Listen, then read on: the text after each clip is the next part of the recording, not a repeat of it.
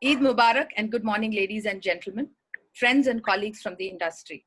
Thank you for tuning in for the Responsible Tourism Society of India's maiden webinar. This is Shobha Mohan, a proud member of the Governing Council of RTSOI. This is a conversation no industry can afford to ignore anymore. The importance of sustainability as a forward strategy. The numbers tuned in and the registrations that have come in is testimony to the assurance of the awareness of responsible tourism in the industry. Let me begin by introducing you to Dr. Anjuna Dheer, the Executive Director of Responsible Tourism Society of India and the co-host for this webinar. Hello, Anjuna. Hi, Shubha. Hi, thank you. The format of the webinar is as follows. Anjuna will take over from me to introduce you to the theme of and RTSOI and also to our member panelists. This will be followed by a keynote address by the President, RTSOI, Mr. Rakesh Mathur. Post this is the conversation between our inspiring panelists. Question and answers, in case you have any, and I hope that you'll keep them coming, will be posted on the chat and we will pick it up to be answered by the panelists. You can also recommend who you're addressing the question to. A few housekeeping rules for a smooth flow of the webinar so that our audio is clean and clear. I request all of you to stay muted. All questions should go into the chat box. And in case any of you has to leave this webinar midway, please note there will be a recording that can be shared with you. Thank you very much. Over to you, Anjuna. Good morning, all. I'm Anjuna Dheer. I welcome you all to a very interesting and timely deliberation on responsible tourism and how business choices involving responsible tourism can be a better revival strategy in the post-COVID-19 world. The session is brought to you by Responsible Tourism Society of India, that was earlier known as Eco-Tourism Society of India. We were formed in 2008 and our decade-long journey has been interesting to say the very least. We've had an amazing team of practitioners who've joined us on the way. Some of them formed the panel today, others are with us in the Zoom session. Our panelists joining us for today are Mr. Jose Dominic from CGH Earth Experiential Hotels. He's a founding member and member governing council at TSOI. Joining us from Cochin, Mr. Mandeep Singh Soin from IBEX.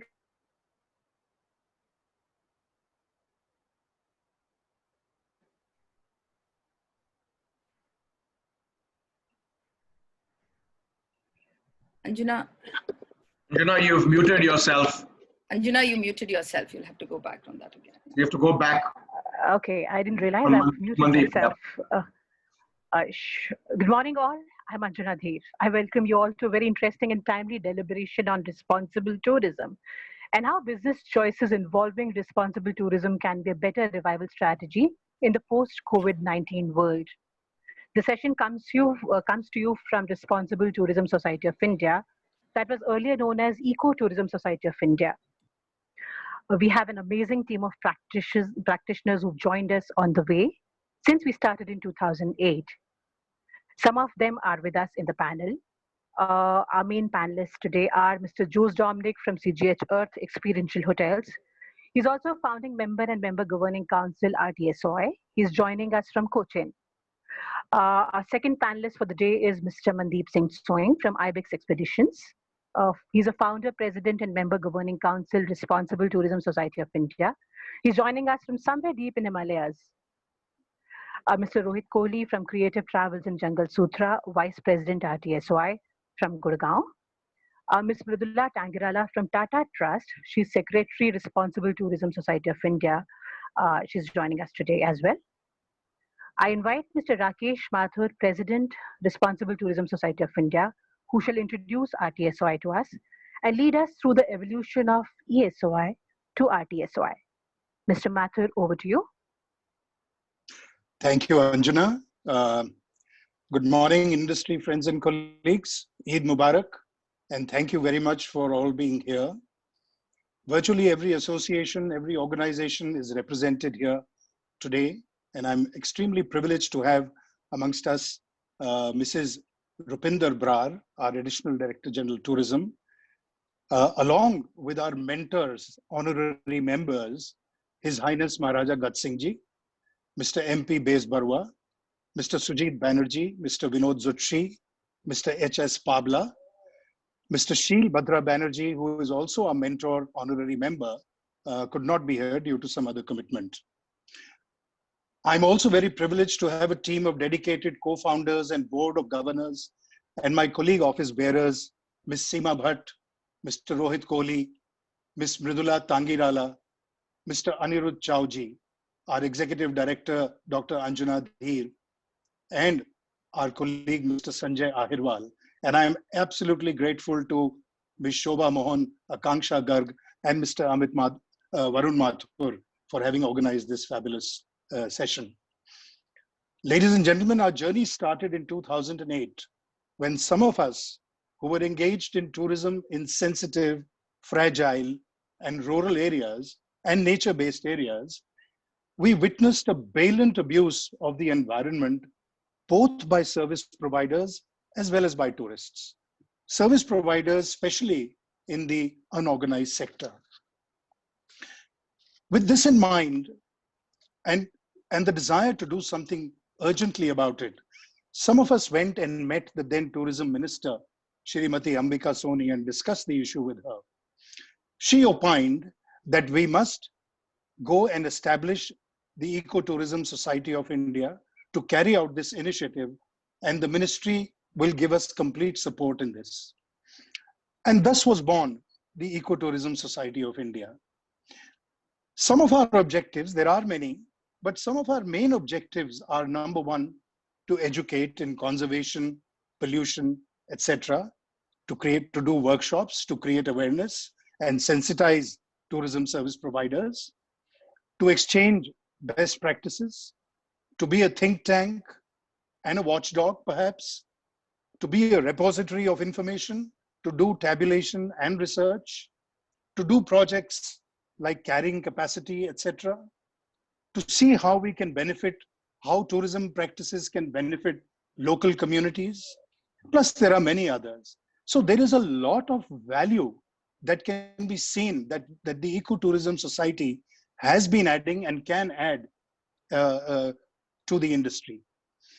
What we achieved in the last few years, 12 years since we were formed, we've done about 20 workshops in 13 states. We've conducted 2 ecotourism conclaves, one of which led to the formation of the ecotourism policy in Manipur. We evolved with the Ministry of Tourism and with other industry colleagues the Sustainable Tourism Criteria of India, which has been adopted and is awaiting the process of certification. We laid out the code for safe and honorable tourism and the pledge for sustainable tourism. We conducted a very interesting study in the Chambal Wildlife Forest by tabulating the wildlife in the Chambal River and many other such activities. So there is a lot that can be achieved and that can be done through the expertise that is available to the Ecotourism Society. I have only one small regret. To my mind, the industry support has not been 100% the way that we expected it to be. Several times I was asked the question that we will become members, but what do we get in return? Ladies and gentlemen, I think this is about payback to the industry. This is about contributing to the industry to do initiatives which are now absolutely necessary as far as sustainability in tourism is concerned. It is not an association. Ours is a society which contributes to the industry. The gains are long-term and they cannot be short-term gains. There have now been 2 significant developments. Number one, we have been renamed the Responsible Tourism Society of India. This enlarges our canvas to include many other initiatives rather than just the environment. It includes community development, safe and honorable tourism, etc. And the second thing that happened is the current crisis, which stresses the need for responsible, sustainable practices further. Ladies and gentlemen, sustenance is long-term, and not long-term, it has to be perpetual. It cannot be for short-term gains. It cannot be, it is for our children. Therefore, in my opinion, this is non-negotiable.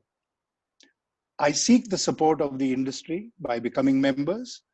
I wish to bridge the gap between the industry and what the ecotourism society or what the responsible tourism society can do, for it is very, very important for our collective survival. With these few words, I'd like to invite our mentor and honorary member, President of the Indian Heritage Hotels Association, Maharaja Gat Singh Ji, to kindly say a few words.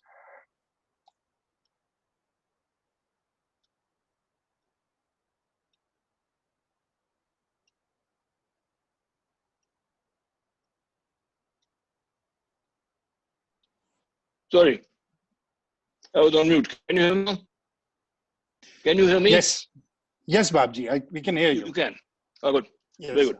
Members of the tourism and hospitality industry, it's a pleasure to meet you. We are in very strange times and very critical times, not only for the entire world, but for the tourism industry in India. It is an environment that has been created by something that was completely unmanageable. However, we must not give up. We must persevere and to play in the revival of India's economy. As Rakesh has said, we are disappointed with the responses of the government, but I think we can still work on our state government and try and get some decisions from there. However, we have to fight this battle on our own, and we must do it.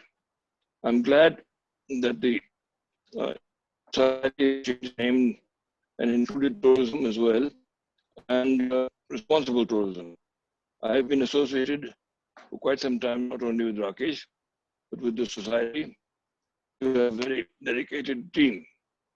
However, we must all pull together, and I think the tourism industry must also come forward and join in this our crusade for the environment of India, the environment-friendly India.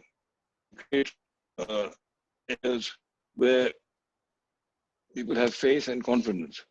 That is going to be the next level, to go to judge us by not so much anything else, but how safe we are, how hygienic we are, and environment is to be future. When you say what do we get, if we have some where I think even if you could grade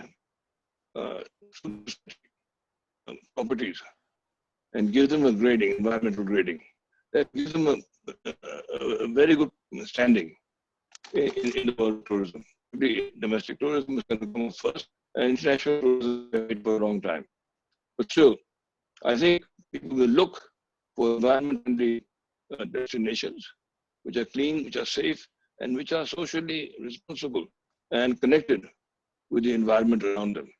We also have responsibility to the environment around us, and we have to play a very positive leading role in that. And I think the society is doing a very good job. We all work together, and I urge the industry to join in this crusade. In India, things are moving very fast. Some of the things are moving in the very wrong directions, and we have to not only prevent those things, we have to improve ourselves and lead by example. That's for being here today, and thank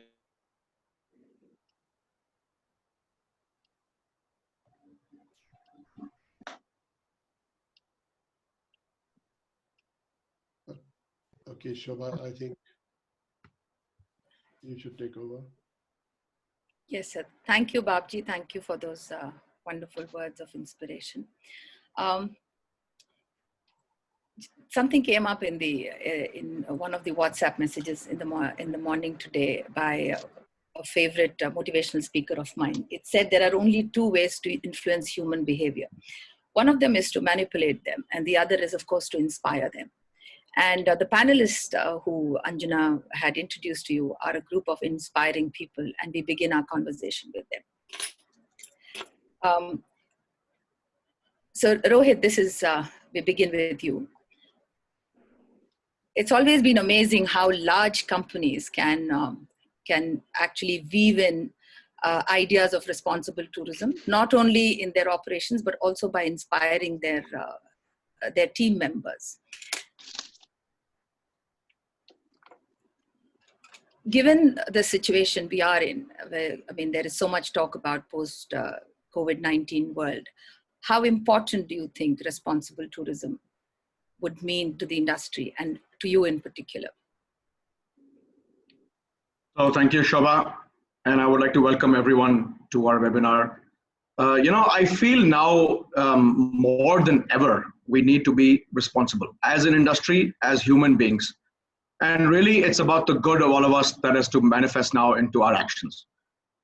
Responsible tourism is actually being defined as making a better place for people to live in, and also making a better place for people to travel to and to visit.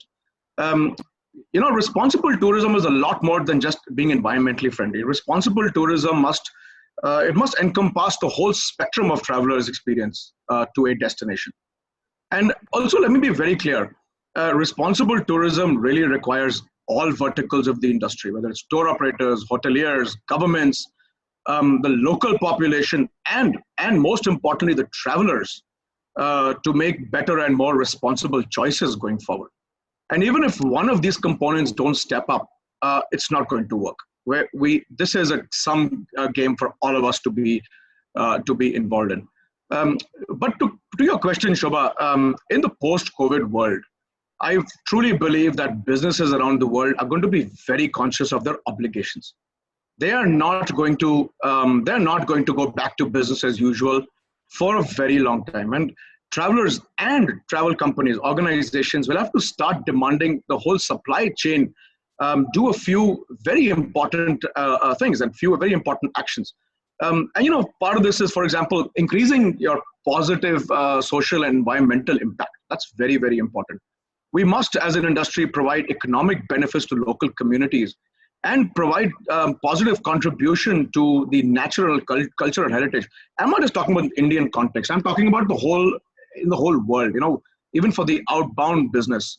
And it's also incumbent on all of us to really provide more authentic experiences for travelers with more meaningful connections with local communities. I think really, if any organization at this time doesn't step up and smell the coffee, they need to stop right now, take a pause, and understand the importance of being responsible. These companies will lose out in the long term. And I'm very, very confident of this. This is just something you can't switch on. You can't just switch this on overnight. Okay? You have to be responsible. Being responsible takes courage. Being responsible takes conviction. Being responsible takes leadership. And it has to be part of the DNA of every organization. It doesn't only be large organizations, Shobha. Any organization of any size, even if it's a one-man outfit, being responsible is a choice. It has to be part of the DNA, and that choice has to be made now, starting right now. Thank you.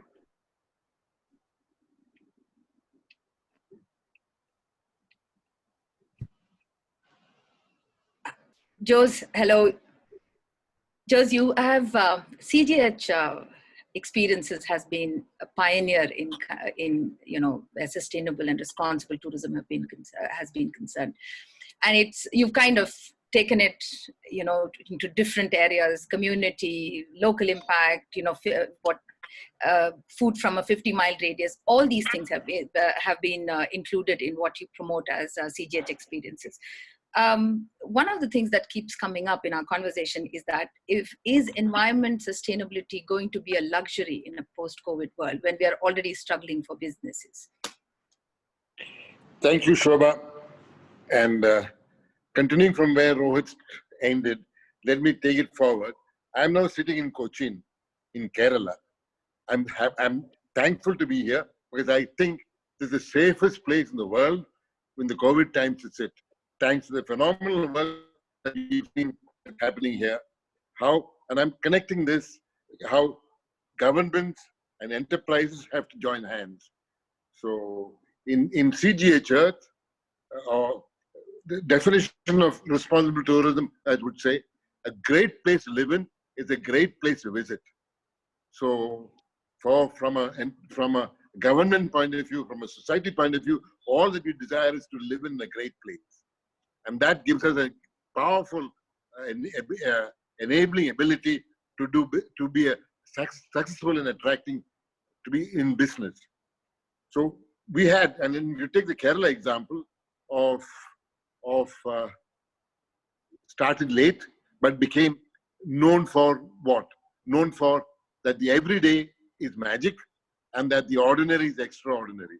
So that from that we can make a great living. So my point here is that responsible tourism is not a choice, that it is the future of all tourism. And especially so now in the time of the COVID. So today, our topic is choices. I see that topic is wrong. It is not choices. This is the only way we can go forward. How we can combine being safe to the traveler and yet being safe to the planet and to serve community. All these three things have to be there and yet be profitable to the enterprise. I think this is the lesson that we have learned. And when you look at the current scenario, we are now faced with a completely new, what I would call, what we had is BC, before COVID. Now we are now facing the AC after COVID. A completely new normal, where the standards of the past no longer applicable. Whether it's government or enterprise or customer, the demands, I think it's ridiculous to expect that a virus has come to clean up the world. It is our job, whether we are a consumer, whether a provider or a stakeholder, that there's no other choice. And I don't know whether I'm answering the question, but I think it's a very, very sure, strong, actionable way that we have to go forward. No postponing, no procrastinating. We have little time, and the time for that is now. And I think as using responsible tourism, COVID-safe tourism, engaging, transforming experience tourism, all of this comes together. From that, we can create a meaningful business, a meaningful, profitable business, sustainable environments, as well as the communities which will benefit. And finally, I would just say we are in it for business, and this is then to be in business is no longer it's just about personal gain. That the community's gain is as important as the personal gain. Fantastic. Thank you, Jose. Thank you for that. Mridula, we've seen a lot of your work where host and communities are concerned. However, I mean, and there are questions to this effect coming up on our chat box, that will the responsibility to environment and protecting the planet, etc., take a back seat while we are all trying to, rejig our business? And especially where, and I always believe that the benefits of tourism should ultimately rest with the community. So how would you encourage tour operators to make this as a mandate for their businesses?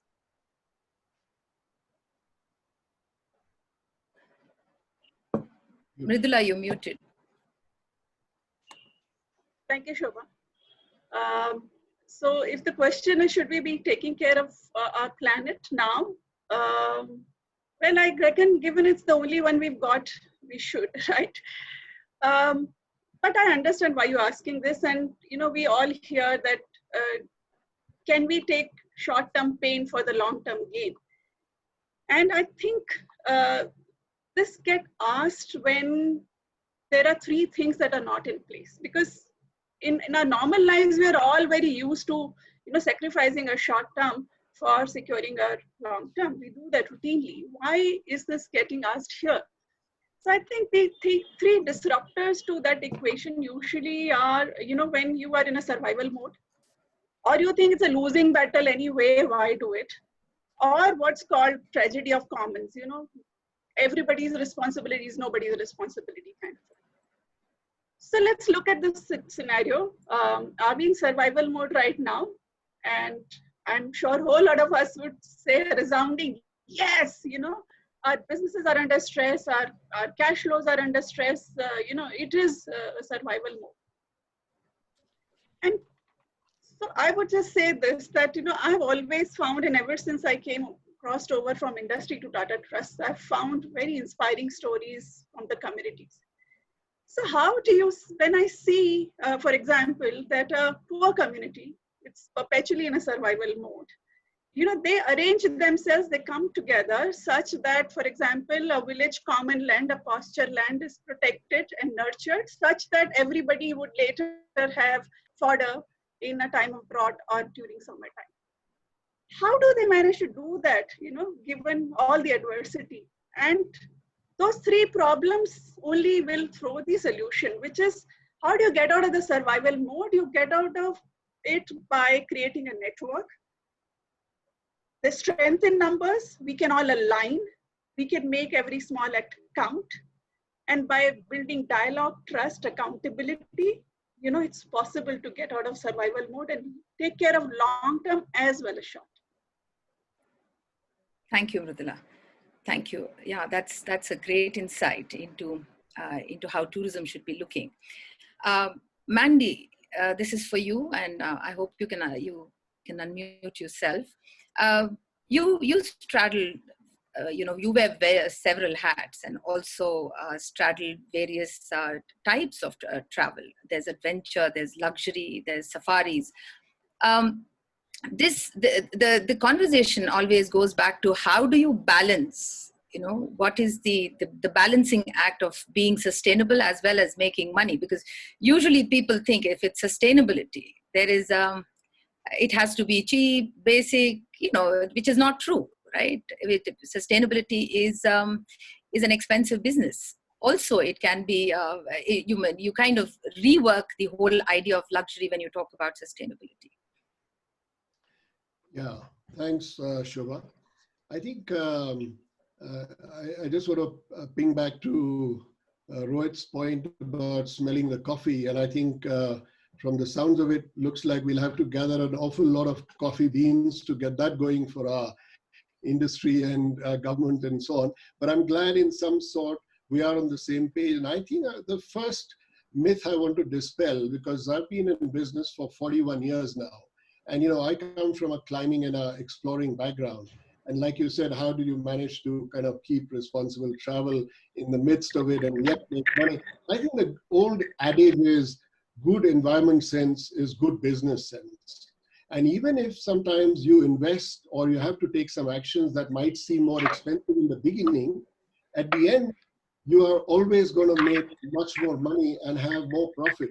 So it's actually, you know, for example, if you switch from, like we did in our treks, we switched from, of course, kerosene to gas and then to solar. And what lantern, a gas lantern or a kerosene lantern, which was 75 rupees, cost me about 500 when I went to solar. But you know, the longevity of the solar was longer, the people were happier. So we had a, you know, overall win.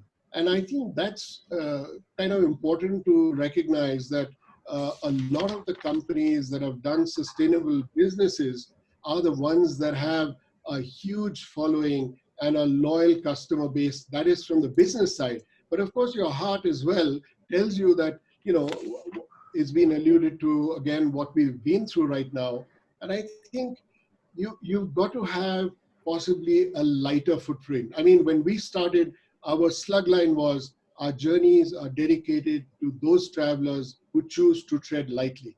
And then we did actions that were kind of fitting in. For example, we got our garbage back from natural areas. We, you know, did a pack in, pack out kind of principle. We camped away from fresh water. So these are very tiny and small actions. But when you replicate them across hundreds and thousands of people who do the same action, if you do it right, then you're saving your destinations. And even as a pure businessman, even if you are not eco at heart or nature lover or whatever, it would tell you that you can't hack the ground that you stand on. So if the product is not kept safe, you're not going to have much to sell.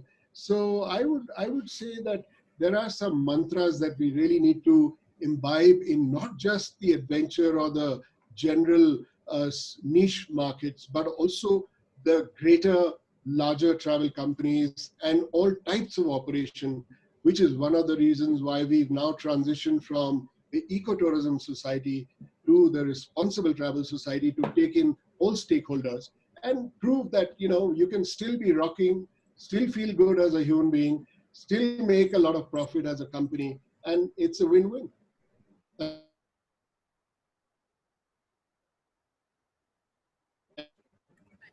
Anjana, Rupinder ma'am wants to say a few words before, because she has to set off for another meeting. Yes. Can we, she's on video. Can we get her to?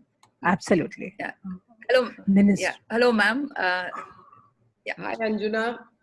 Hi, Ravinda Shobha, madam. and all my co-panelists. It's always a pleasure to hear all of you.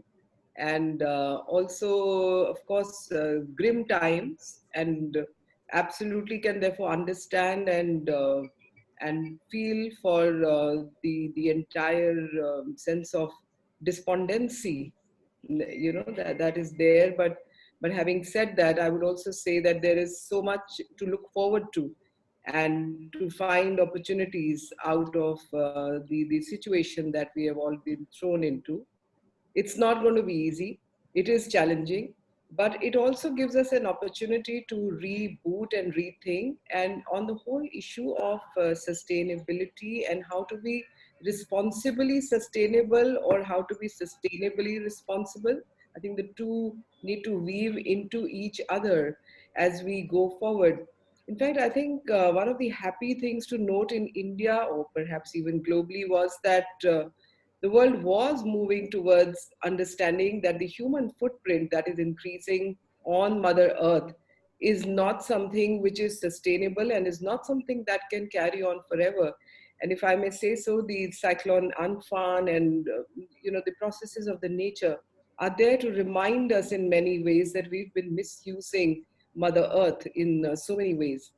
And so coming back, therefore, to the role of sustainable tourism or being responsible in tourism, I think sustainable is just one component of being responsible. And how to take that whole narrative forward is critical for us, not only from the sector point of view, but from the whole existential point of view. And I'm therefore so glad that you're all sitting together, all of your experts. Mandeep ji said he's been in industry for working on these issues for more than 40 years. And I can see all of you have so much experience behind you. So I'm going to stay logged in and I'm going to try and hear out as much as I can while joining another webinar on my other screen. But all the best to all of you. In terms of what we can do from the ministry, I can only say that don't lose hope on us. And we are trying to do a lot of work on promotional campaigns. And some of the webinars that I started doing on the 14th of April, I try and talk about sustainability and I try and talk about responsible tourism in one way or the other as we go along. And being responsible, therefore, also means including the communities at the grassroots in a big way and creating a voice for those unheard components of human life. I wouldn't even restrict it to just tourism. And how to create the local narrative and how to showcase the local arts and crafts and cuisine and create employability at a very widespread level itself is a huge defining moment for responsible tourism. So I hope that we can work together. And I would be very happy. Shobha, of course, has already done a session with us on one of the webinars. And I'd be very happy if any of you can volunteer to work with us on these webinars and carry the message of what is responsible tourism. I'm also hoping to create and craft a few webinars with your support on the whole issue of capacity building as we move forward as an industry. So it would be, very, very useful and rewarding for us, because my voice is not the voice that is relevant. I should say that I am more like a sutradhar who brings the various components of the industry together. So please feel not only free, but I would rather nudge you and poke you all individually and collectively to help us to craft some webinars wherein we carry the voice from both the user point of view as a tourist and also the provider point of view, that people who are engaged in the industry of tourism, how can they create employability for themselves while carrying the whole narrative of responsibility and sustainability along. So those were just some of my thoughts. I'm once again, thanks to Shobha and thanks to Anjuna for allowing me the opportunity of connecting with all of you. And I hope that I'm going to keep hearing from all of you. Mr. Kohli, of course, is also an avid, I should say, a positive critic in so many ways. And we need people like you, because we need to break out of our inertia. We need to break out of our assumed ways of doing things. And I'd be very happy if you guys could connect with us and with me specifically in how we carry the message of promotion forward, both within India and out of it. So once again, thanks a ton, and all the best to all of you, and also Eid Mubarak. We are meeting on a good day. So have a good Eid and take care of yourselves. Just Thank you, Ms. Raj. a quick one. The wrong brother, Mrs. Brar. That was not me. That was, I think you're referring to my brother. But yeah, but I'm sure he's somewhere listening to this right now. I'm sure you'll pass the message to him. The idea behind reminding, I've had long conversations with Rajiv, and I must say that he comes up with really, really good contributions. And the pamphlet that he's made is a fantastic one, and that's the way forward as far as we can see India and pitching India as a beautiful product to the world. Mrs. Thank you, ma'am. Before we lose you, can I just jump in for one crucial point? And you're not going to lose me, so not to worry. If you're going to be here through the webinar, then we have one specific question about a responsible traveler campaign. So should we come back to you at that point, or if you're likely to be locked out somewhere, then I can address it now. Why don't you go ahead and mention it?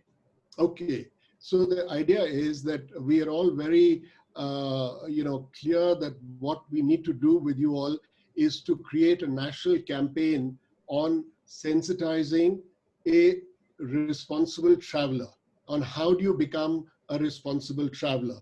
And we've got a set of guidelines, and we can, obviously share that with you. But our hope was that the ministry would carry it forward, because I think given the fact that the ministry and the industry feels that we need to target domestic travel first, and that'll be the first kid off the block, then perhaps we need to really, really sensitize our domestic travelers. And also, if we are going to capture the guys who go out and their numbers are in a few million, and then we get them in, we want to make sure that there's no stress of over-tourism. We want to make sure that they do it respectfully. So if we can, craft a campaign with you all, that'll be music to both, our ears, and I'm sure to everyone else. Mandy, very valuable suggestion. And I would say, can we start work on it today? Immediately after the webinar. Action we love. Yeah, send in your, because actually we don't have time to lose. You're so right. As we are already opening up, the first flights have taken off today. Road travel, at least intrastate, is nimble steps. People are anxious as to what's going to happen, but soon we shall be back to normal. It's a matter of a few weeks perhaps. And so we must have a very, very robust campaign in place so that we don't lose, I would say, the gains of this period. Because I think the 8-9 weeks that have gone by in many ways have reminded all of us that what is it that we were not doing so right.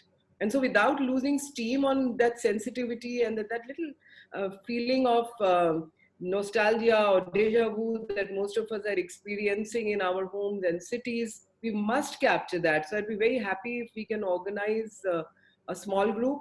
You can send me mailers, you want to connect on phone. My only problem sometimes is that in the day, on a weekday, it's hard. And so that's why I said today is the right test day. It's a holiday. So one is totally yours. Thank you. This is So, great. please go ahead and send in your suggestions. We'll be very, very happy to receive them. Thank you. Great. Ms. Brar, if I may just intervene, um, tied up to Mandy's suggestion is another thought which is very important along with the campaign, and that is to create a list of do's and don'ts for every important destination. And we've seen these lists in many parts of the world in order to protect destinations from being vandalized. And of course, the second thing would be, education to the traveler. Now, of course, this is a very long discussion, which we'll have with you separately. But thank you very much for, giving us the incentive to start today itself. Thank you. No, thank you so much, Rakeshji. In fact, why I am saying today, because these are the thoughts in the ministry. We've already drafted according to our understanding and some inputs that we got from other stakeholders as to what should be the do's and don'ts from both sides. As I said, the traveler as well as the provider. So we're working on that. And we are also trying to develop some thumb stoppers and some 30-seconders and 1-minuters to push the campaign in the social media and also to work through various other platforms.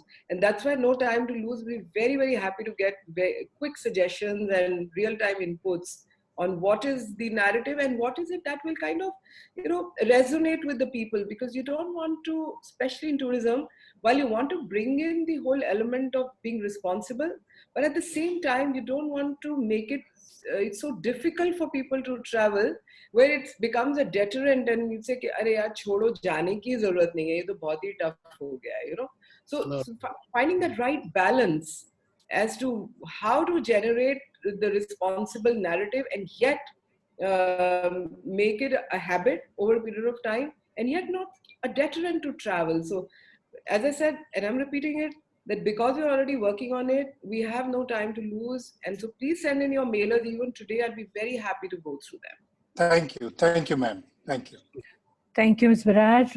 No time to lose. A singular message. And I think we've already achieved the purpose of the webinar today. The main purpose was to get everybody to subscribe to the Responsible Tourism View. So thank you, Mandy, and thank you, Rakeshji, for this. We will, of course, touch base with Ms. Viraj again offline. Coming back to our questions and panelists, Rohit, this question is for you. Responsible tourism is a choice, and post-COVID-19, we need to practically reinvent our businesses. What do you think are the top 3 suggestions you would like to make for responsible operations for your sector?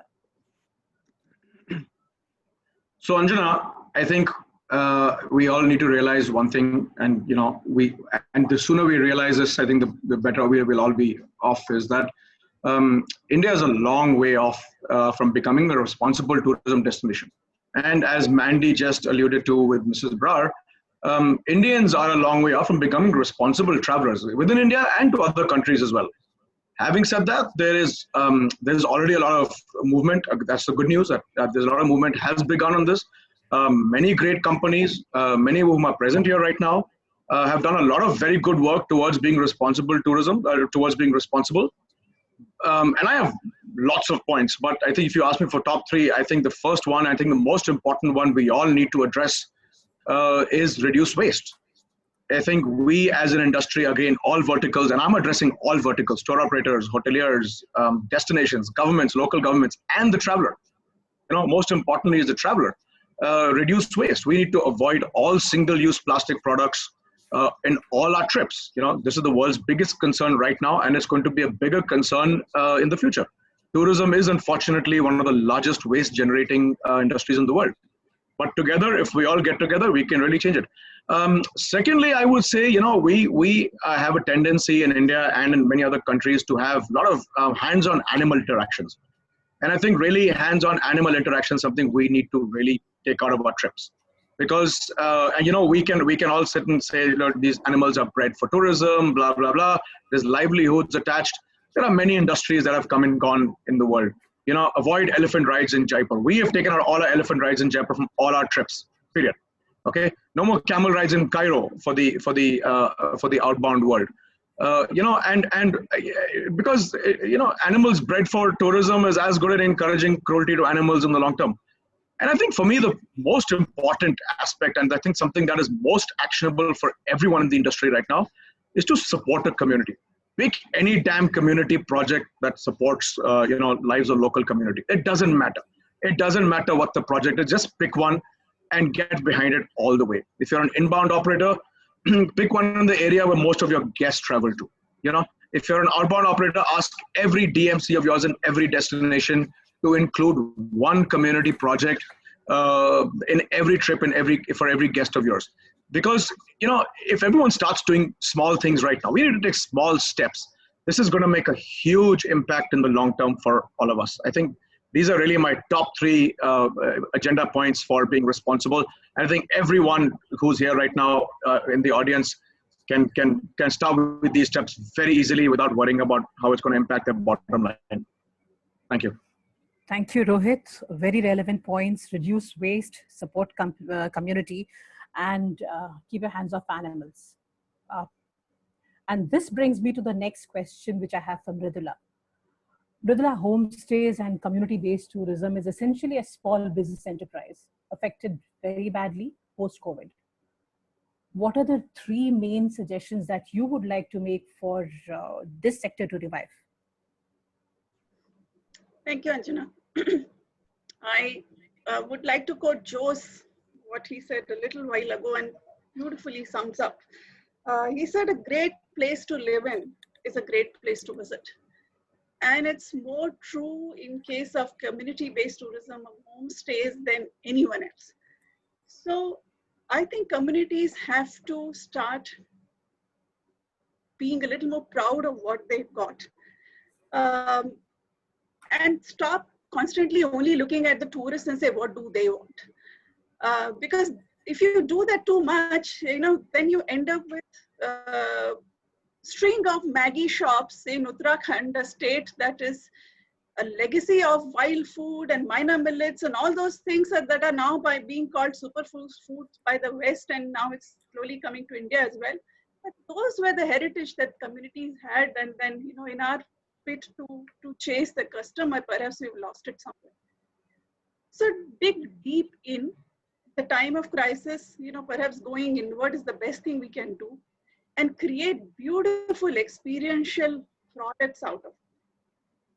Experiences that are deeply rooted with what you do for yourself to make your life better, and that also includes tourism. And I would like to link it to what Rohit very rightly said, that there's a lot that can be done between communities and the industry. And it has to go beyond that bullock cart ride or just one recipe. There's so much unique experience that a business can build with a community. And that will bring you the customer, because it will be like nowhere else in the world. And the third thing I would say is that it was so refreshing to hear Rupinderji speak about that as well. Lot of governments, state governments have looked at homestays and community-based stays, but I think they also somewhere missed the point that it's about the whole collaborative effort about the destination. It's not only about taking one entrepreneur and helping them create one homestay. It's about helping the community to live better and optimize all their resources. So how a one panchayat, for example, and that example, some people have done that and done that beautifully. How a patch of forest got protected by the one panchayat, and that becomes the backdrop for the tourism products that community then can offer to the tourists. So I think these are the 3 things that that we have to do better, go deep within, create deeper experiences. Thank you, Mridula. Thank you. The solutions and the top 3 suggestions that you made is respect communities. That's first thing. And then work with them more. And also make them respect themselves, make them proud of themselves. And probably, begin using what they have to offer in more realistic manner than, giving them a superficial angle to it, just more than just a voice message. Thank you. Mandy, my next question is for you. You operate in adventure, luxury, safari-based tourism space, especially in eco-sensitive zones. And different people have different views on what is the right approach here. You've been around for quite some time. What are the top 3 suggestions you would like to make for making this place safe, sustainable, responsible? Anjuna, I think over the last so many decades, I've seen that there are some fantastic companies doing some amazing work in India and around the globe.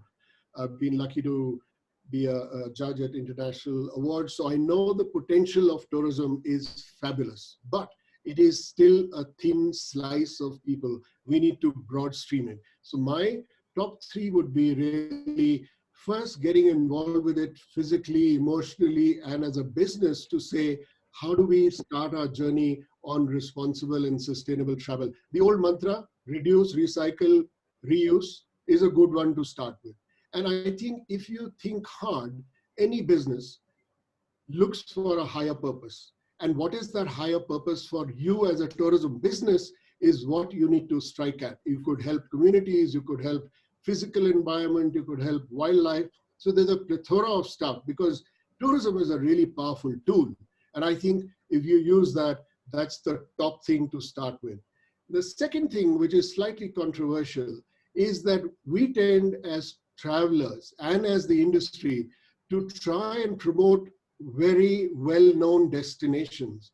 We need to swing away from this and start promoting destinations that are less known, but are equally or sometimes even more beautiful and experiential than the ones that we've been promoting. And so this way, it will also take the pressure off the destinations and, avoid over-tourism. And my final point would be that, yes, to start that journey, become a member of RTSY, get all the knowledge, because for us, for every 2 promotions we did through our careers of marketing, we took 1 educational eco-environmental conference to learn. And I think that is important. And like Rohit said, and Mridula mentioned, we must align ourselves with a NGO. In fact, our society brought out this book, which is the 4th edition of the Ecotourism and Environment Handbook. And in this, we have a list of 40 certified, checked out non-governmental organizations. So you can hitch your horse or your cart to any of these. And so basically, for every tourist you handle or every trip you do, if a part of the revenue goes to something good, apart from CSR, which is obligatory for the larger companies, I think we are all doing excellent. Thank you. Thank you, Mandy. So your 3 points are, number 1, join the cause, join the movement. Let's make it stronger. Let's make it bigger, because responsible tourism is for everybody. So that's point number 1. Point number 2 is spread it wide, spread the cause of responsible tourism and spread tourism wide, far and wide, so that more people can benefit out of the business of tourism. And the third most important point is the most relevant: reduce, recycle, reuse. Thank you very much. And this brings me to Jose. Jose, you've been a very vocal practitioner of responsible tourism and reduce, reuse, and recycle. Now, when I look at post-COVID situation, there are hygiene protocols everywhere and guidelines everywhere, and everything involves single-use gloves, masks, plastic, etc., etc. We've become a germophobic world today. So in this germophobic post-COVID-19 world, do you think travel will throw up a lot more waste? And how do we tackle this? Anjuna, let me try and answer this question in the time I have. First and foremost, we are now discussing responsible tourism in the time of the COVID. And these are, as Mrs. Bra said, these are grim times.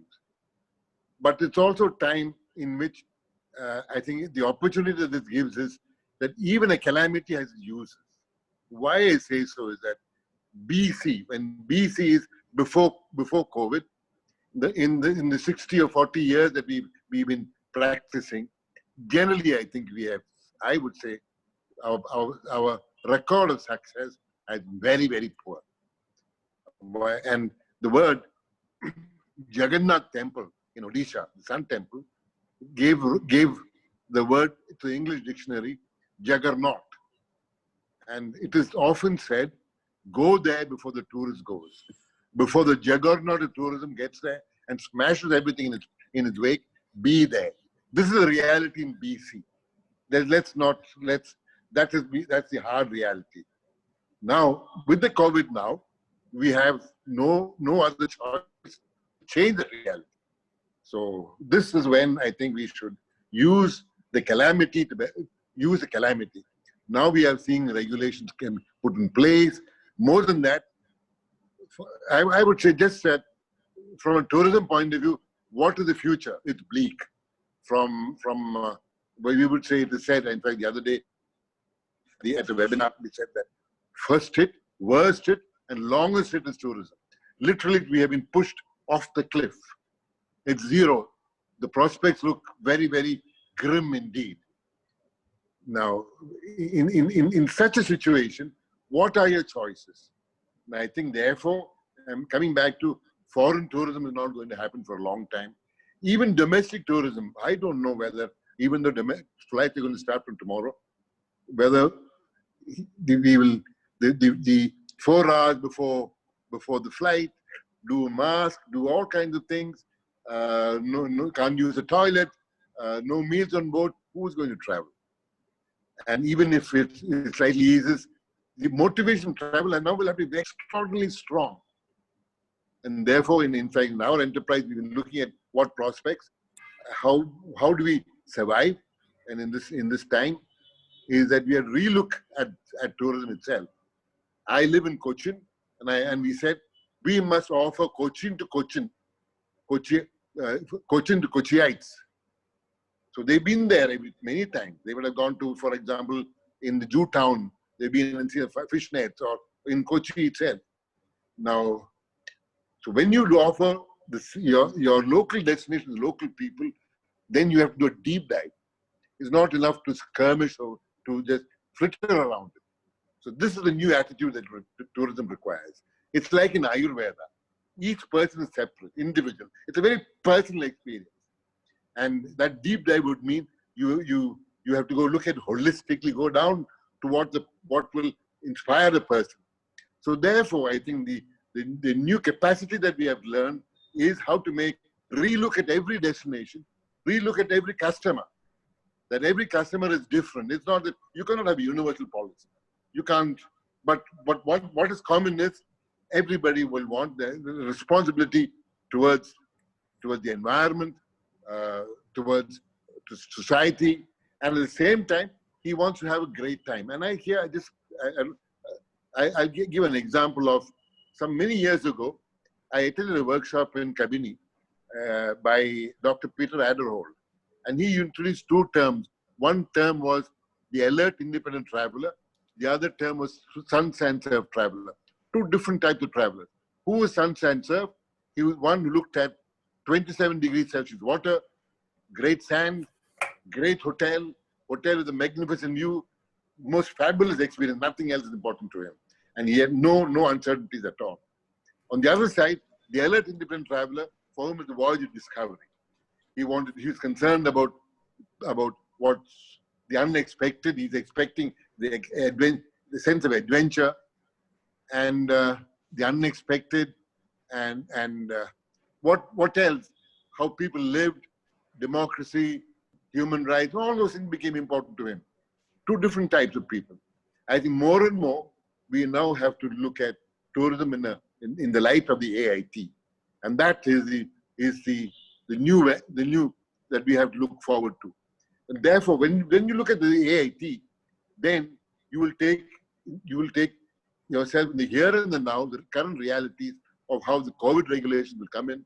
And then when he comes into hotel, he'll have the sanitation. He has subjected to so many things, and this is not going to go very quickly. I don't think that it'll be too wishful of thinking to say that 6 months, 18 months from now, a vaccine will be discovered. We go on the basis that it's going to be with us for a long, long time. Yet we want to be in this business and survive in this business. And therefore, what are the new elements that we will look at? we must enjoy doing it, enjoy traveling, enjoy being a provider. At the same time, our responsibility is no shifted from the traveler in the first instance to local inhabitants, and our duty to our staff. We cannot ever put them into risk. So we are now looking at a new way of travel and tourism, of new way of enterprise and business, and this is the new normal that AC will come. AC would mean after the COVID. So much to be learned, and today we are only pointing directions of the learning that we have. And I'm sure in RTSOI, this is a long thing, much to do.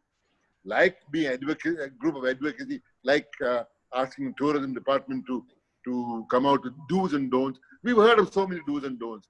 I've not seen a place where there's no list of do's and don'ts.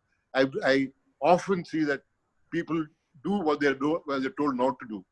So, but therefore, the new tack that we have to do, that we have little thought anymore. This is where the calamities come to great use. We have to use it and use it to good stead. I don't know where my time is up, but so as they say, Jose, what you're trying to say is, as they say, let's not waste a good crisis. Let's get something out of it, something useful out of it. And the other points that Jose said was, relook at Aspas tourism. Let's relook at the neighborhood and deep dive into everything. Enough of superficial experiences. Thank you, Jose. Thank you very much for your comments. And topmost, of course, RT practices, responsible tourism practices have to be the topmost. Every other guideline has to be, under the responsible tourism guidelines. Thank you so much. Shobha, over to you. Anjana, there are a lot of questions about the consumer question that we had, which is from the viewers, and also Mandy touched upon it. I recommend that you take the last question, and then we'll go over to the question and answers. It'll save some time as well. Right. Okay. So my question goes to Rohit now. Rohit? So what does being a member of RTSOI mean to you as a business person, as well as how has it enriched your practices? So Anjana, I think the main reason I joined RTSOI because I have a personal passion for being responsible. It's a choice. This was not a business decision, and I believe if someone has a heart, they have the ability to be responsible, in life, and of course in our industry for the business. RTSOI is founded by a group of very highly passionate people, and these individuals rose above their personal obligations and really wanted to do good. And I think I have a lot of respect for the philosophy behind RTSOI. I think also, and one of the reasons I'm honored and humbled to be the vice president. But I think RTSOI also fills a massive gap in the industry today, because there are so many companies that want to be responsible. I was just reading quickly some of the questions and comments, and a lot of the people are asking, how can we be responsible in our business? And they don't know how to start, and that's where RTSOI comes on. RTSOI is on a mission. I think it can help so many companies realize their responsible tourism agendas going forward, and help so many companies, and at the end the traveler on the path of becoming truly responsible. And again, I keep harping on that. It doesn't matter what vertical we are in. It's a hotel, it's a tour operator, it's anyone.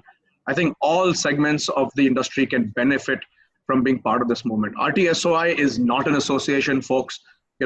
We joke amongst ourselves. We don't call it association. There's going to be no bullshit politics in this body. We are all in it for the greater good. We want everyone to be part of this. This movement has to go on. We don't have a choice, especially in the post-COVID world. And really, for me, that was my main objective of being part of RTSOI, Anjana. Thank you, Rohit. Thank you. This is very inspiring, actually.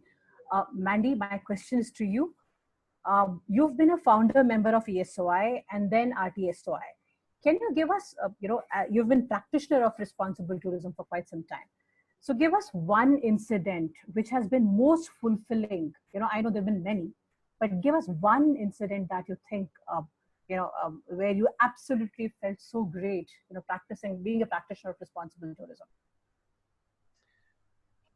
Thank you. Yeah, well, one was just a sort of a flow from a personal sense of fulfillment, which really started way back in '89 when I stood at the Arctic and I took an earth plunge and I said, we will make a difference, not only personal lives but businesses, and then let it flow to everybody else and take it forward. And in that journey, I realized that one of the work, the stuff that we coalesced together as a body was when we went and did a very tiny kind of a workshop in Nagaland.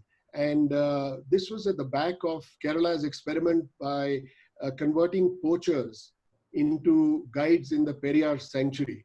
So whilst we were called by the government to do an ecotourism workshop, we got chatting with the local hill person there, the local headman of the village called Konoma.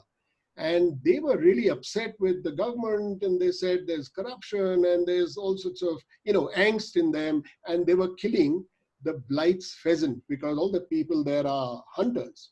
And we got together and engaged a very well-known NGO called Equations. And over a period of 2 years of consultation, interaction, and local community support, local government, we basically got the entire community of Konoma to go away from hunting and becoming tourism bird watching guides, so that the pheasants and the tragopans and all of them were saved, and that entire forest was declared as a sanctuary and so on. So that was pretty good. And in fact, leading to from that was a tiny one where we raised the bar, and Rakesh and I went on an expedition down the Chambal River trying to do the same story of getting the dacoits to become river guides, because the river is full of biodiversity.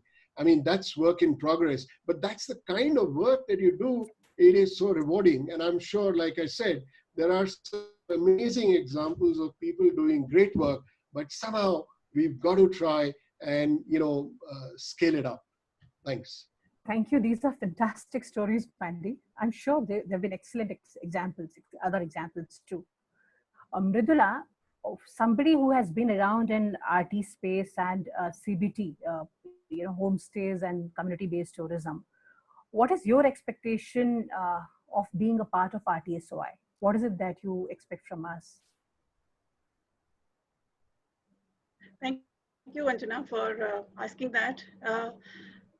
I think what really, how very Mandy's examples elaborates, inspiration is something that we all need by truckloads, and especially the CBT or homestay segment, I feel, which sometimes get completely logged in being the poor man's choice in terms of hospitality, whereas it can just be on the other end of the spectrum in terms of high experiential kind of products. So drawing inspiration, coming together and drawing inspiration for these kind of examples is one thing that I think RTSI can give us. Collaborative problem solving is another, because if you can be in your small box and you can keep optimizing it, but that doesn't change things. So, how do you join hands and do collaborative problem solving? And also perhaps influence the governments together in terms of finding more creative solutions. Forest Rights Act gave communities ownership. They recognize the fact that communities were the owners of these vast tracts of forest that got conserved. But how does that make them a stakeholder, an active stakeholder, and push that kind of an agenda? Now, these are a few things that I think have been lost opportunities that haven't been worked on, and RTSI can be the perfect vehicle to deliver the same. Thank you, Mridula. Jose has been known to call a spade a spade. So Jose, if I may ask you, what does RTSI mean to you? How do we strengthen this movement? No, let me try and answer that question. Why have I joined RTSOI? Have I joined it to give back to society? I don't think so. Jose, can you kindly look into the camera, Jose? We can't see you clearly. Okay, yes. all right, Thank yeah. you. Thank you. Why I would, sorry for that. Yes, thank you. Why I joined it to give back to society? I don't think it'll be an honest answer. I've enjoyed doing what I've been doing, and I think that that the principles, I mean, the business to merge into your business the principles of responsible tourism is a way that we should go forward. And more the world should do that. Imagine, it's not, responsible tourism is not a trade secret.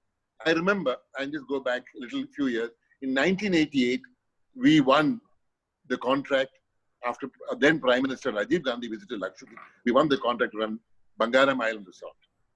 And we found ourselves a small organization that suddenly deep in the middle of the ocean. So we ventured into a new tack and said that we'll build a hotel, or not build a hotel, reconstruct that hotel. And the advertised facilities of the hotel was the absence of telephone, television, newspaper, air conditioning, hot water, room service, multi-kitchen, restaurants, swimming pool, all we said, proudly said, all absent. And present was nature and the means to enjoy nature, but with a condition, without in any way causing any diminution to nature. This is the model. We were wondering whether people will come. And we realized suddenly that people came, and the commonest, and we had a price level at that time. The Bangaram Island Resort had a price, 1988 I'm saying, we put the same price as another flagship hotel in India, in Mumbai, with a price of $180. And we had $180 here. And then tour operators, like many on the panel, came and asked us, aghast, how the hell can you put a price like that? We said, why? The people who come to us are staying there on the way. That you've seen the chandelier, you've seen the marble there. What have you got? You got mud and thatch. What we learned in Lakshadweep, in that experience, that the definition of luxury as a new definition, it is not the built ostentation, but it is experience. Like that, then even mud and thatch can be luxurious. Now, into that example, I now bring COVID. So therefore, in RTSY, I think there is such a great amount of learning that each of us have. We enjoy doing it. And if we are not looking at it from the point of view of the destination, that's the nation, the state, the panchayat, then from the point of view of enterprise, and for ourselves from our own point of view. And I think sharing that, making others join it, think responsible, think India, think Kerala, think CGH would be the way to go. And I think this way we need a champion to further the cause.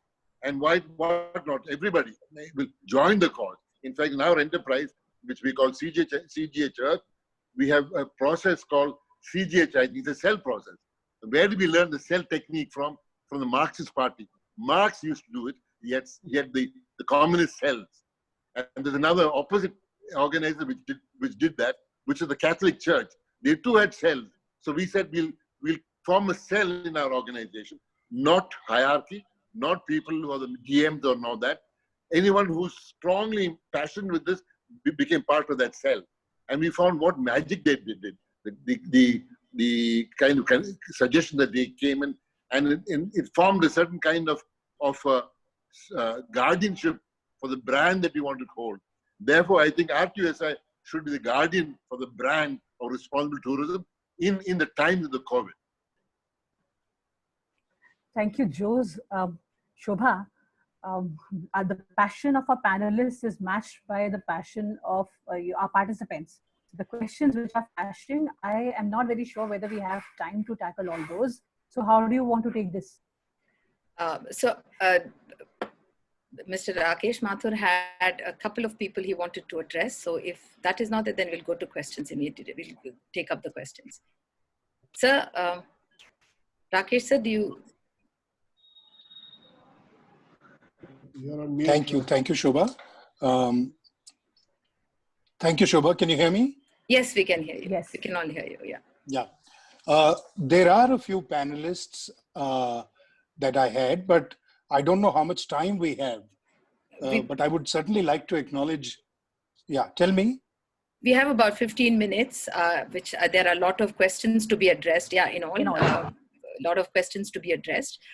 So, I mean, if you want to highlight a couple of people you want them to say something, would be great. Okay, I would definitely like to acknowledge we have a lot of senior industry colleagues here. We have our past presidents, Steve Borgi, our president. I think Mr. Pranab Sarkar is here. Mr. Kulbhushan Kachru is here. Ms. Priya Paul said she would be here, but she hasn't. I'm not sure. Mr. Pushpender Bansal is here.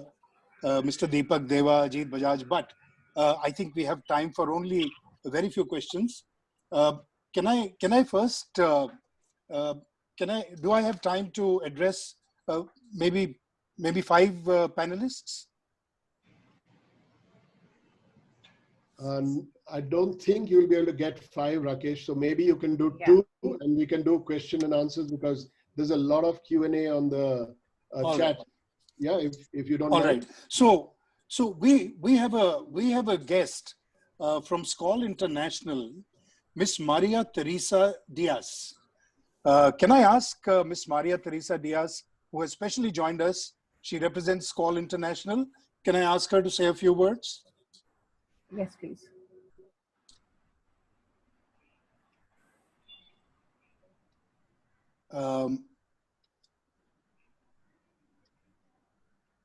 Maria, we cannot hear you.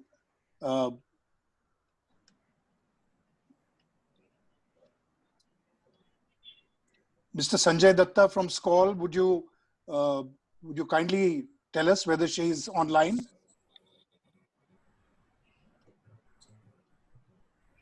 Okay, there seems to be some technical glitch there.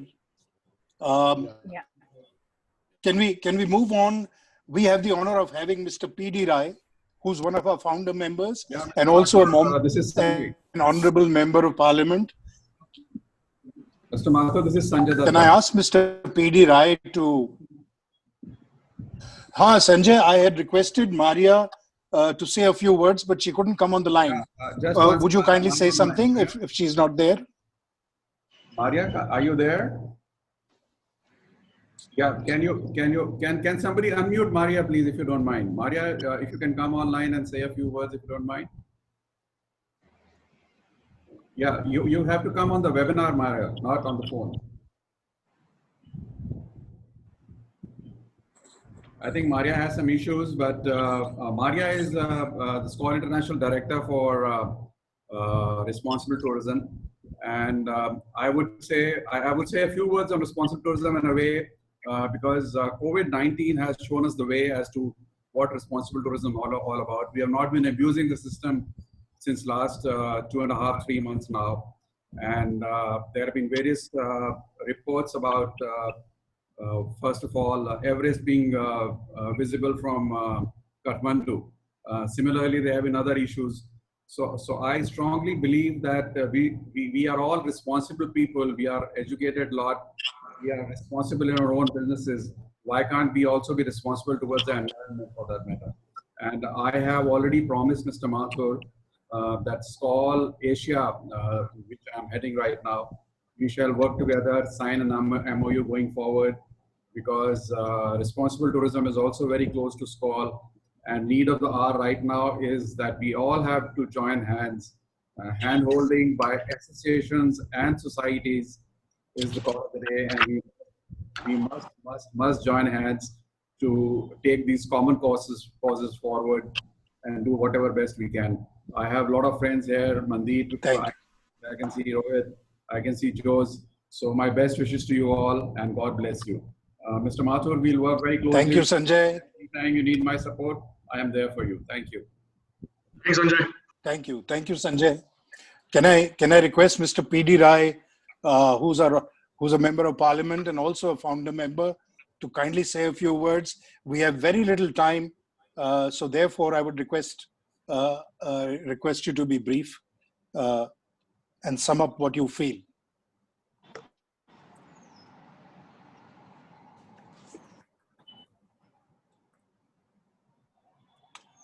Mr. Rai. Mr. PD Rai. Yeah, he's there on a panel. Okay, There's okay, Mr. PD Rai. okay. So, first of all, I've been listening to the entire webinar, and thank you so much to the organizers, and especially to Mandeep and to the president for having me here.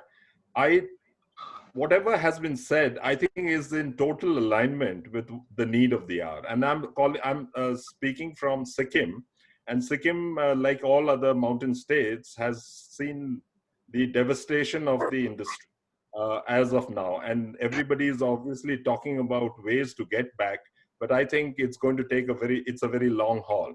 But in the meanwhile, I think we just need to follow a plan which has been kind of outlined in this particular webinar. And if we are able to see how we can put it all together for the next maybe maybe 1.5 years, in which all stakeholders, all the people who are in the industry can take the necessary steps for both social distancing, for the new kind of paradigm that we need, so that after COVID, the new paradigms that have already been kind of so nicely laid out. And I especially compliment Jose for the kind of thinking that he's doing in this particular direction. So with these words, thank you very much, and all the best to everyone. And I do remember that we all got together here in 2001 to formulate the Ecotourism Society of Sikkim. And at that time, it was the ecotourism that really took off from 2001. Thank you very much. Thank you, Mr. Rai. Now, I had a galaxy of people to give their comments, like Mr. Sudesh Kumar, Mr. Ashish Pukhan, Mr. Vikram Madhok, but I really regret we don't have time. I can see we have very few minutes left. So I would like to throw this open now, while apologizing to my colleagues that I couldn't give an opportunity for them. I would like to throw this open to the House and hand it over back to Anjana and Shobha. Thank you. Thank you, Rakeshji. There are a lot of questions. I'm going to take some relevant ones. Apologies. We can always take this offline. So Marcus Cotton has a question. How can India and the RTOSI work together with neighboring countries, SAARC, to support and foster regional work to enhance responsible tourism? So would you like to take that on, Mr. Mathur? Well, I can only say that and I must share with you that for this webinar, I had invited my hotelier colleagues and friends from Nepal, Sri Lanka, Bangladesh, and Maldives. I really don't know, I've not seen the latest list who all has come, whether there is anybody present, but certainly I think we all share a common heritage. We all share common even the tourists who come tend to visit, especially international tourists, tend to visit all these countries. Perhaps, they tie up their itineraries in such a way that they are able to see just more than just one country. So naturally, once we get our own act together, I think it will be a natural progression into working closer with our neighboring countries. That's all I have to say. Thank you. There is a question from Aditi Chaudhary. Thank you, Aditi, for this. This question is for all the respected panelists. Indian domestic market is dominated by numbers of tourists. Who are of course not all luxury tourists. What is the best strategy to bring this responsible tourism wave into the mass market of the Indian domestic market? Mandy, would you like to take that? Yeah, if actually I was raising my hand to just buffer the last question with two key points, which is that we actually took part in 2 events, which was trans-boundary cooperation between India, Bhutan, and Nepal to try and save wildlife corridors, which happened in a conference in Bhutan last year. And before that, Rakesh, it may have slipped your mind, we also took part in the SAARC Women's Entrepreneurship kind of a workshop where we are trying to develop an itinerary or ideas of cross flow between the countries. So Marcus is spot on in terms of there will be cooperation, and as we talk to each other within these countries and within our national, ecotourism or responsible tourism sort of association, I think more will flow. Now, coming back to the immediate question, By Aditi. Okay, I'll say it again. Yeah. Yeah, basically, how do we market responsible tourism to the domestic market, which is not always in the luxury segment? Yeah, well, the part of the answer lies in what you were talking to Mrs. Brar. I mean, we can get a campaign going. I think it's to be able to see innately everybody, even though we give a lot of danda to our own, domestic traveler, and it is true that a lot of them don't really know.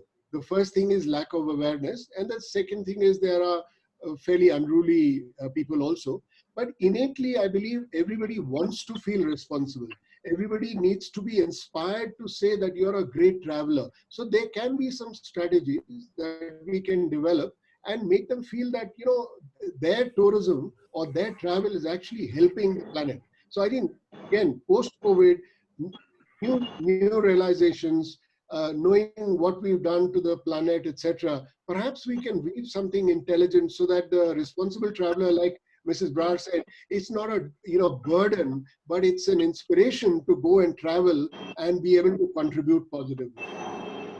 Great. Thank Yeah. you, and thank you very much, Mandy. I just wanted to add one very quickly. I think, it is a very common misconception that responsible tourism is niche or it's expensive. It is not. Responsible tourism, for everyone to understand, is a choice. You can be responsible in any budget. Small actions by even the most budget traveler can go a long way. Yes, absolutely. I think this is a common misconception we really need to get rid of. Absolutely. And that can only happen with tour operators, Correct. really endorsing it. Absolutely. Yeah. Absolutely. So we have a question from Runeep Sangha. Thank you, sir, for this. Responsible tourism has to underscore marketability of Incredible India. Stakeholders must be encouraged to demonstrate their role to ensure responsible tourism. Mridula, do you want to take that question? Sorry, my audio was not that great. Can you just repeat it quickly, please? Yeah, responsible tourism has to underscore marketability of Incredible India. Stakeholders must be encouraged to demonstrate their role to ensure responsible tourism. I mean, not a lip service, really. I mean, people have to, Sure. So building on what Mandeep just said, that, it will have to be coming together of governments and businesses coming together, as well as what Jose was saying as well.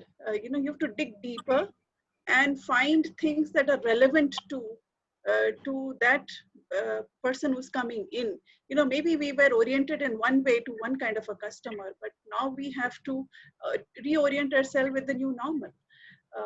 So I would say the RTSI brings that unique platform for such different people to come together, collaborative action only, and a new creative way of thinking only. So this is a, thank you. Thank you, Mridula. This is a question specifically for Mandy. How do you forecast and plan the business of responsible tourism as an RT operator when there is socio-economic and political uncertainty? Very pertinent, I think, to the times. And this is a question a lot of people have asked on the chat box as well. Yeah, well, I think obviously it is challenging times. Obviously, we all want business to start. Obviously, we want all the usual things of the business requirements and everything. But I think this is given a great time for a reset button to be pressed for many people. And I think if we can rethink the kind of offering we make to the customer, perhaps we can, kickstart tourism in a slightly different way. Again, many people have alluded to this, maybe more mindful journeys, maybe more, inward journeys, immersive, experiential. So all of these kind of things, if we can recast the kind of a menu of the offerings, perhaps that's one good way forward. And I would say, do not fall in the trap of undercutting. That is a terrible business practice. Of course, we work in capitalist societies. I hope we can become conscious capitalists also. But if you use that thread, maybe the answer lies in us winning again. Thank you, Mandy. Rohit and I were talking about how we as Indian tour operators, we struggle with marketing value. We struggle with marketing on a value proposition. It's always, then it just comes down to price. There are very few people who can actually market on value. There is a question from Hashim, but what legal framework and infrastructure will be put in place to ensure that the basics of responsible tourism are ensured? Garbage all around our parks has become a menace for wildlife and local population. Joe's legal framework, you've been working with the Kerala government. Would you like to take that on? Yeah, let me say that legal frameworks do not work. We will park where the no parking sign is. We will throw garbage where it says do not throw it. That's a reality. So from the last 50, 60 years, what have we seen? India is becoming filthier and filthier and filthier. So this framework of the parks is not going to work. So now what the COVID gives us is we have now a new framework. Now I'll just add another part to the question which earlier asked about regional association, regional area. So far our discussion has been so far in BC, competitive advantage. I think that is now gone. Instead of competitive advantage, it is collaborative advantage. So now bring the idea of the legal framework. It is that no one should be allowed, whether tourist or local stakeholder, provider. Now I'm just taking. The question I asked in Cochin today is that Kochi. I'm just saying that being very, very critical that it's a mega city, and in this mega city we have 1 kilometer of sewage line. So I ask, what happens to all this sewage? Nobody answers that question. Therefore, the secret answer is we let it out. It slowly goes into the drain, into the canal, into the backwater, and then out of sight is out of mind. Those things do not work anymore. We have to now make the big hold the cow or the bull by the horn, address it. We are now spending 6,000 crores in building metro, 100 crores on the sewage. Those standards not PC times. In AC times, the two priorities have to come in place. Clean, green, and healthy is a must. No destination can survive without those. Marketing, budgets, all throw that away and put the money into these things. And then we will find we'll pay rich rewards. Thank you, Jose. Thank you for that. There is a question from Nitin Sambi. As of now, our responsible tourism products are not affordable. This is a question I think, again, very, very relevant, and Rohit, you did touch upon it, are not affordable to all the consumers as the infrastructure of these sustainable hotels have a higher price tag. Though there are great responsible luxury products which can be offered in India, thankfully to all the ones who have endorsed the concept, but it is still not affordable to many segments. Rohit, would you like to take that on?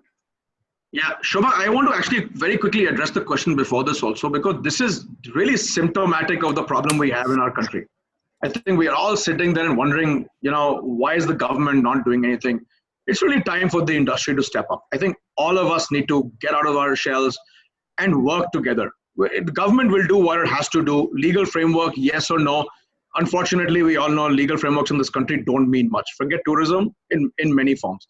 So let's all focus on our little boxes and let's just worry about what we can do. If all of us do this, we'll do a lot. To answer the second question, Shobha, products could be more expensive because it really depends on how much they invest. Investment could be in land, investment could be in the infrastructure, whatever. Having said that, again, responsible tourism per se is not expensive. There could be a responsible tourism product that is more expensive.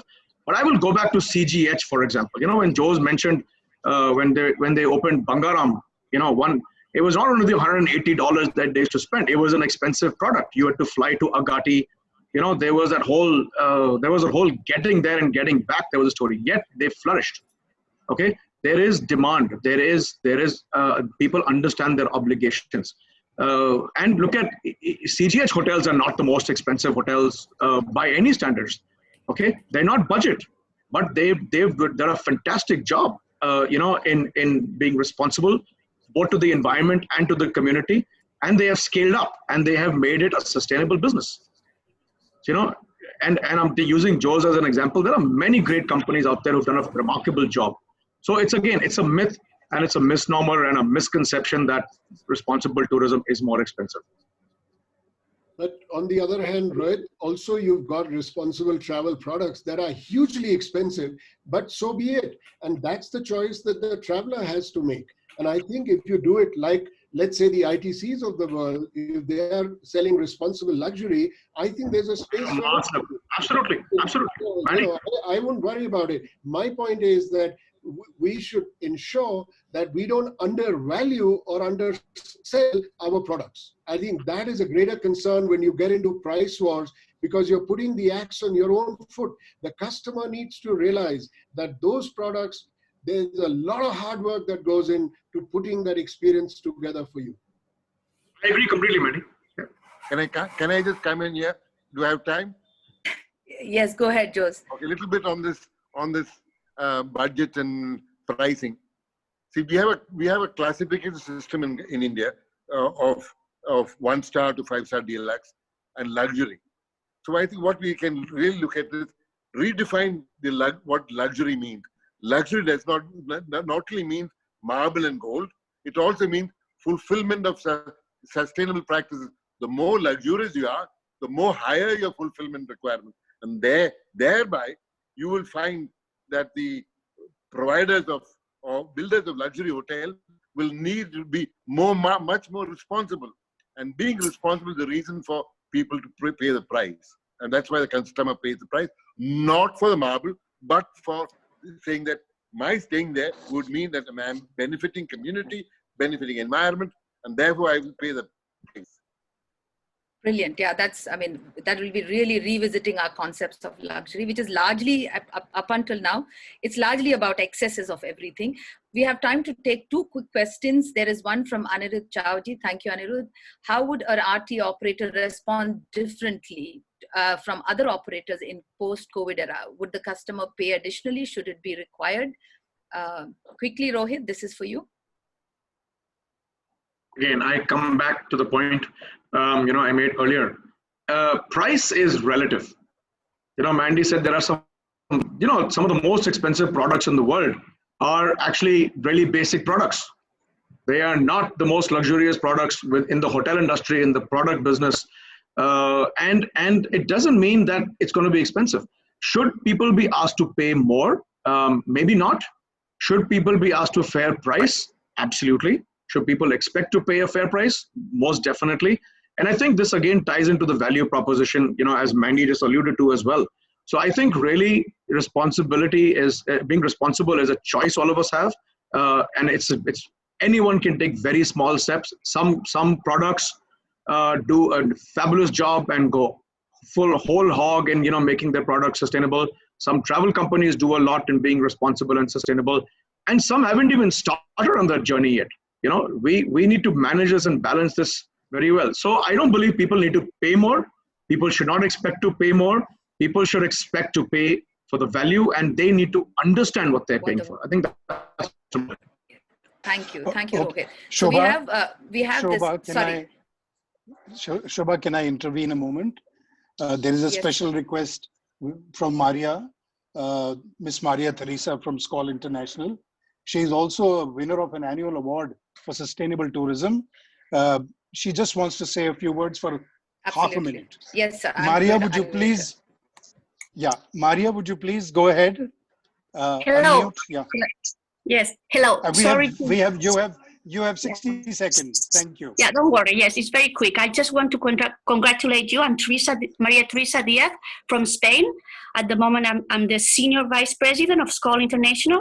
Globally, I really congratulate you on this webinar. It has been a pleasure to be here and to listen to you. I think India is looked at the world. I mean, the world looks at India as a sustainable product. So if you put the correct price and you're talking on that and you're doing very well, the added value, you will be the first one to work on it. Of course, I mean, not the first one. The people will look at you at the best.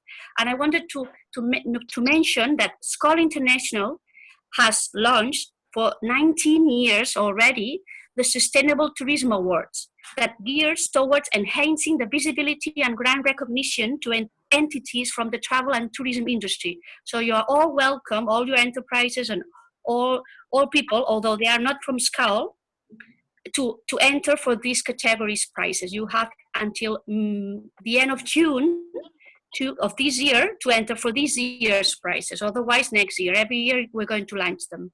So thank you very much. And anything you need from me, let me know. Thank you. Thank you, Maria. Thank you for that. Maria. Thank you, Maria. We'll work with SCAL. I just want to say very quickly, that's heartening to know about your awards, because I was a judge for a few years. So they are great initiative. Thank you. Fantastic. Thank you. Thank you, Mandy. I was about to say that Mandeep has been a judge on Sustainable Tourism Awards for SCAL also. And thank you very much, Mr. Mathur and Shobha and everybody. It's been a lovely session with you all. Thank you, sir. Thank you. There is. Thank you. There is one last note from Mr. Deepak Haksar, and I'd like to address this to Mridula. Sustainable actions are the critical call of our times. The current crisis is partly because of the lack of our commitment to preserving our environment, rapid and unplanned urbanization, destruction of our natural reserves, and the result of climate change. How do we sensitize both leaders and the civil society to play a more active role? Which will be the key to as we move forward. I wish I had a recipe. It's a question. I'm an urban planner by training, so it always disturbs me when I see things the way they should be, but they don't. And I was just reflecting on how Jose reacted, saying, "Law doesn't help, so do something else more creative." So I don't know what the solution lies, but I feel solution definitely would involve dialogue, which perhaps there is not much of at the moment. Communities, governments and businesses try and think. Last time, all of us were in a room and trying to find a creative solution. So I think the first step will have to be that dialogue and trust building. Then maybe something will emerge that looks closer to a solution. Thank you, Mridula. Over to Anjuna now. Anjuna, could you take this forward? So this is what our journey has been so far. Years to join hands with us and a movement. I just saw a note on the chat saying those who are not responsible or part of responsible tourism movement have to be, irresponsible. So is that the tag that we all want us, to carry? So interesting thought. We are open to memberships. More the merrier, because it has to become all our movement to have any real effect on the ground. The comments on chat are very encouraging. There are various ways of being associated. You could be partner member, affiliate member, patron, and a grand patron member. If you are an organization, you could also join us as an individual member. There are multiple roles, and we would like you to take up any that you may identify with. As already said, we are an advocacy body, we are a policy-making group. We work with all the stakeholders. We help in knowledge creation and dissipation. We do CC studies and much else. RTSOI is a resource and skilling center for sustainability matters. We are a guidelines, standard certification body for responsible and sustainable tourism. We also plan to take responsible traveler campaigns, taking the movement to the very consumer. To know more, log into rtsoi.org. Check us out on Instagram at Responsible Tourism Society of India, on Facebook on Responsible Tourism Society of India, on our YouTube channel. And if you can't get anything else, write to me at anjunadheer@rtsoi.org. This was our first webinar. We have a series of webinars planned, more specific to the on-ground RT practices. Please join us in these too. Thank you for joining us today, ladies and gentlemen. Thank you, our esteemed panelists, for sharing your ideas. Thank you, Shobha and team, for helping us organize this. I do hope post-COVID-19 world is a more responsible, sustainable world and a much cleaner, safer place for all of us. Thank you.